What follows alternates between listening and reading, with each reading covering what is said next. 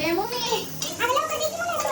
अगं देते गं. थांब. तिथं पाणीकडेच येते जरा ते काय त्या काळ्या पिशवीमध्ये काय देईलीस तू मला? तुमचं जरा जरा तोंडाला चव येते कोमल. कशाचे चुनचुने? हे मसाचे अरे बापरे. बघा बघा बघा नको हिला काय वाटतं का नाही?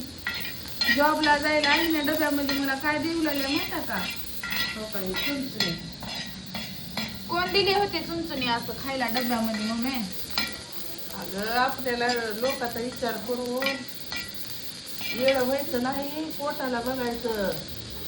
आपलं मी सगळ्यांसमोर खाऊ का तिच्या चुनचुने? माझी भाकर देऊ ग. देते थोडं तोंडाला चव येते गं कोमल. येड्यावानी. बघा मित्रांनो आपल्या गावाकडच्या माया डायरेक्ट डब्याला चुनचुने. कसला डेंजर विषय आहे बघा.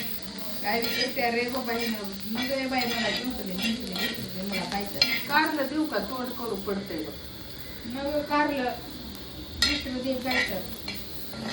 अगं चुनचुने नाही कोमल, अवसान येते जरा जरा काम करू वाटते. काय म्हणते रे बाबा हिनं तर. अगं अवसान येते. माणूस अर्धी भाकर खाण्यापेक्षा एक भाकर खाते. चुनचुन्यामुळं का? मटण आहे ती. वाखर आहे की तुझं असं कामावर जर चुनचुने मटण जर घेऊन झाले तर लोक हाकलून द्यायचे, काम बी करून द्यायचे नाही तर ती तसलं आपल्या गावाकडे जमतं, इकडे जमणार आहे बाहेर. जमत असते ग, सगळे मटणच खायला पैदा झाले कोमल.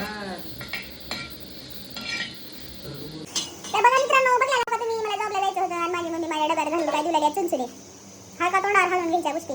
दुसरं काय तर दे म्हणलं तर कारलं नाही मग, आणि कारलं नको म्हणलं तर चुनचुने हे अवसान येते मग.